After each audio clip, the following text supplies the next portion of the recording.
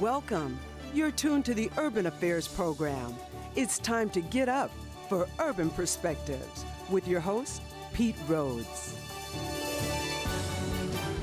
Welcome, you're watching Urban Perspectives. I'm your host, Pete Rhodes. On this episode, we'll spotlight a new health facility in the Cayman Islands designed to provide high quality and affordable health care worldwide. And we'll discuss the launch of a new care facility in North Minneapolis for seniors and youth. And finally, we'll review Minneapolis' hosting of the 40th National Association of Black Journalists Convention with the honorary chair. Thank you for joining us on this edition of Urban Perspectives. My first guest is the former director of the tourism for Cayman Islands and the current marketing director of Health City Cayman Islands.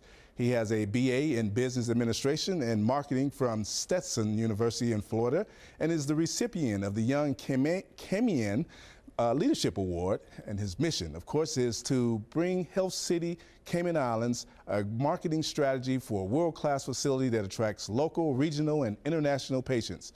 Here's a look at the project, Health City Cayman Islands.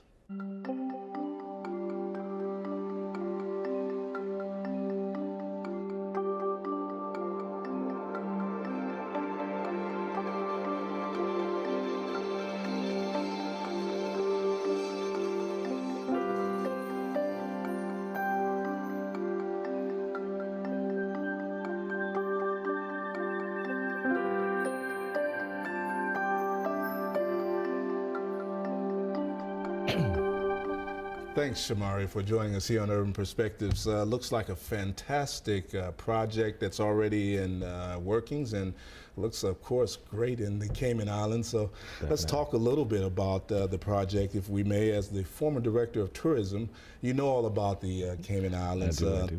Give us a little perspective on the three islands, where the location is for the new health facility, and what makes it special coming there to the Cayman Islands. Well, yeah, you're right. Being a former director of tourism gives me the perfect perspective to speak about the Cayman Islands. We're three islands that are located just off the coast from Miami, so 1 hour flight. We like to say close to home, far from expected. Exactly. And from any U.S. gateway, it's about 4 to 5 hours from all the major cities, so we're right there. Cayman Islands is unique in that, yes, we have beautiful beaches, we have beautiful sand, beautiful infrastructure, just like many other Caribbean countries, but we have what we like to call Cayman kind.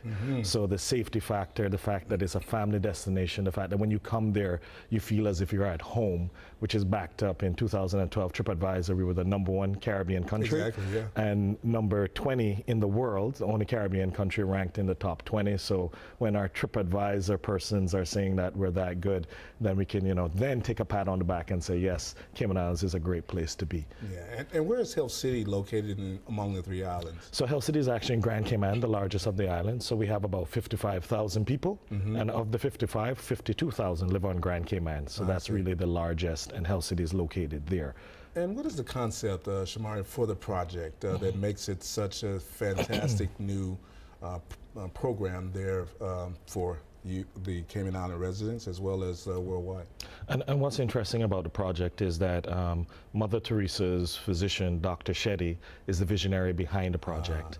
And he partnered with a large conglomerate healthcare system in the U.S., Ascension Health, to come together in the Cayman Islands to put together this facility that wants to give the highest quality possible in regards to your healthcare needs from a cardiac perspective, orthopedics, so hips, knees, joints, and make it at a very affordable cost, because across the world, only 20% of the world has access or can afford, super specialty types of services like cardiac care and, bypass surgeries and holes in the heart and the such.